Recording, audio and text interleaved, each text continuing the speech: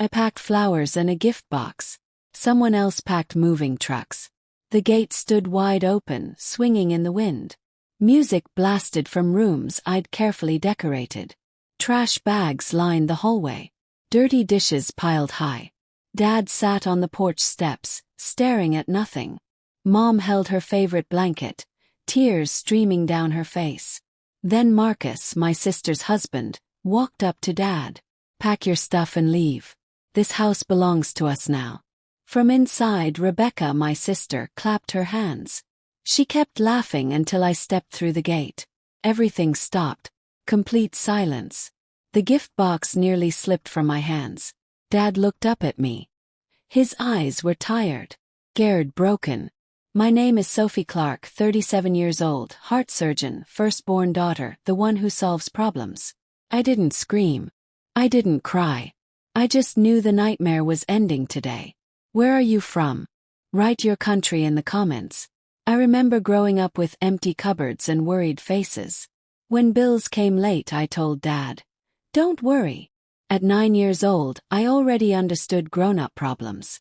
Mom worked nights at the diner. Dad fixed cars until his back hurt. Rebecca drew pictures and never helped with chores. Everyone called her our little artist. They called me the strong one. That meant fix everything, handle everything, so I did. School supplies, college fees, her wedding costs. When Marcus said he'd pay me back someday, he never did. When their washing machine died, I bought a new one. When the baby needed medicine, I paid the hospital bill. Every check came with words about family love. And every time I had proof they forgot about. Mom used to say, "You were born serious, Sophie." She meant it nicely. Still stung. I saved every penny so they could sleep better. No trips, no fancy things, just midnight hospital calls and one simple goal: to give them something safe. When they celebrated 50 years together, I wanted a place that felt like forever. A home with ocean views instead of worry. I found it perfect, white and beautiful. Put it in their names only. Paid property bills for 20 years up front. Left a welcome card in the kitchen for happy mornings. I filled the rooms with soft furniture. Hung pictures that caught the sunset light. They hugged me and cried when they opened the door. Felt like winning, honest and deserved. Then Rebecca posted photos online. And winning turned into war. She called it our family getaway. Marcus called it their investment. My parents didn't argue back. They never argue. They saw dollar signs. I saw danger coming. I left work right after my shift ended. The highway stretched out like a bad memory. The ocean was waiting, calm and watching. My hospital badge still hung around my neck from the long day. I thought of gentle words to say. Kind, patient family words. When I arrived, those words felt useless. The front gate was still open. Same mess, same noise. Marcus stood there barefoot, sipping soda, smiling like he'd won a prize. Rebecca glanced up from her laptop. "Oh great," she said. "The hero is here." Mom's eyes pleaded with me. Dad's hands shook against his knees. I put my bag down carefully.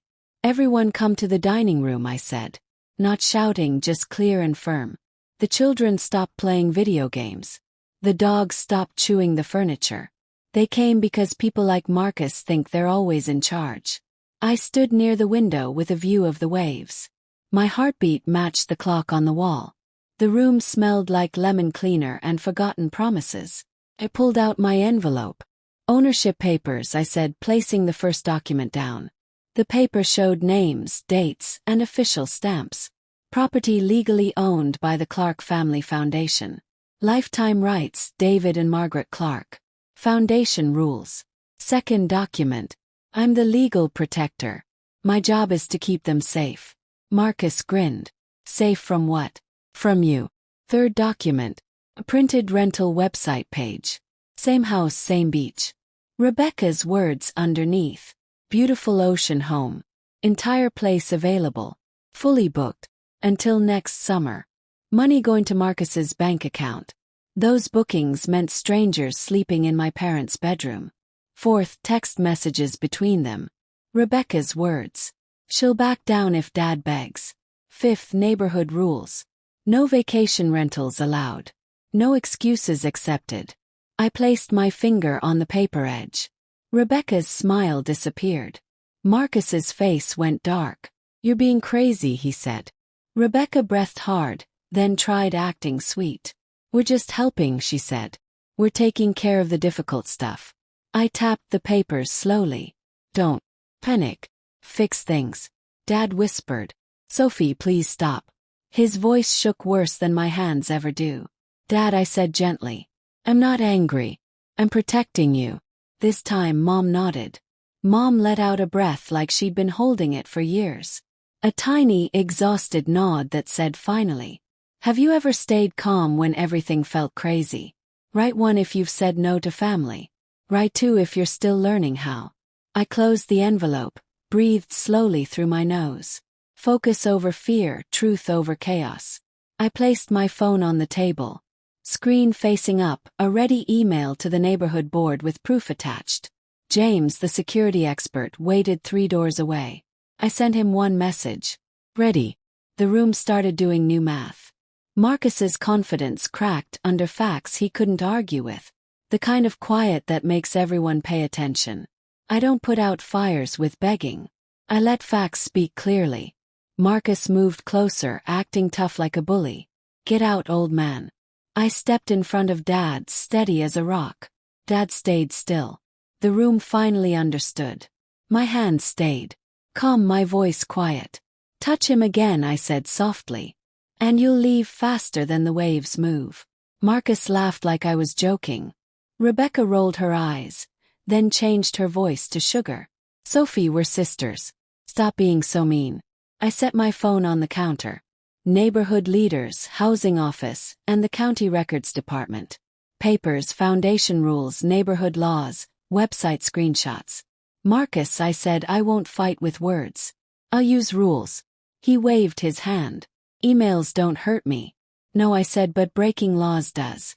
The doorbell rang like perfect timing. James, the security man, stood in the doorway. Rebecca gasped. "You can't change the locks on us." "Not your locks," I said. "They're locks." Dad looked at Mom, then nodded slowly. James opened his toolbox and started working. Metal sounds clicked like a fresh start. Marcus hovered nearby, shaking with fake courage. "Touch anything and I'm calling the cops."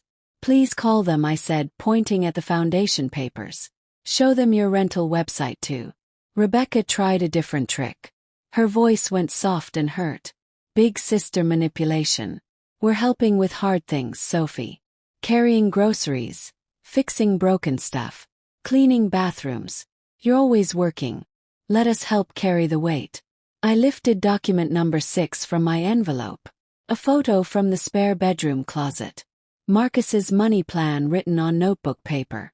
Numbers showing profit 3 times bigger than any neighborhood fine. In Rebecca's handwriting, a note that felt like a slap. "Won't fight back if Mom starts crying." The room actually gasped.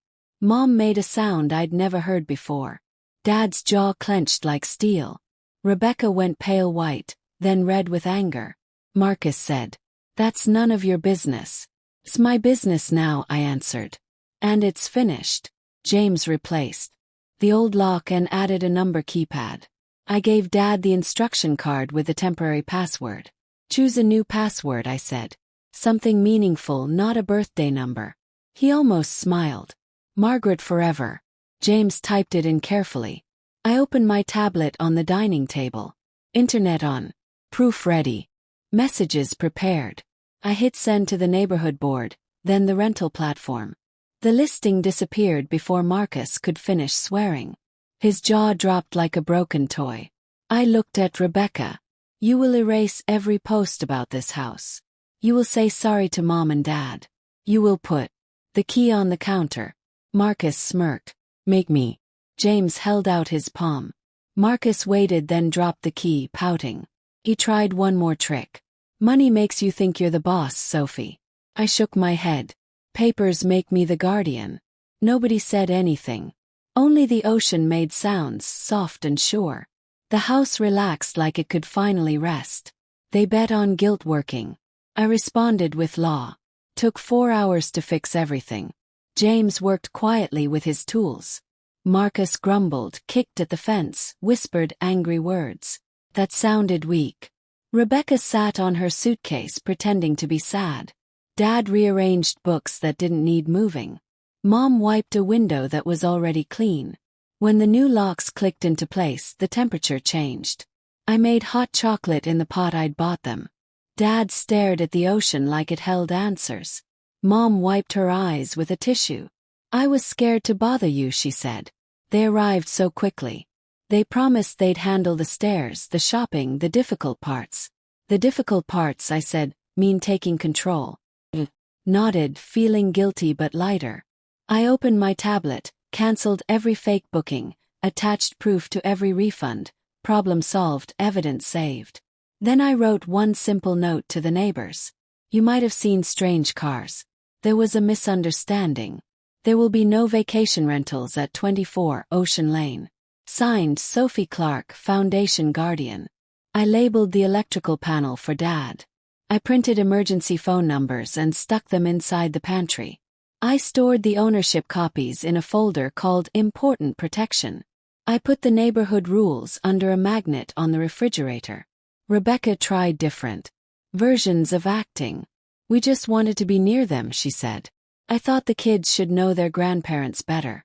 When that didn't work, she switched moods. You think paying for things makes you the boss? Doesn't, I said. It makes me responsible. She flinched, then got mean. You'll be sorry for this. Maybe, I said, but not right now. Marcus refused to give up his spare key. Come get it yourself, he said. I pressed 0000 on the keypad, then reset the code. Dad chose again. Same words. Margaret forever. Rebecca watched as her last trick disappeared. That evening I sent one last message. 3 simple rules. All questions about the house go through me only. You don't have permission to visit. Any rule breaking starts legal trouble. Copied only myself. Nobody else. Set it to reply automatically. Automatic protection. Automatic peace. Within a week, Rebecca started drama on social media.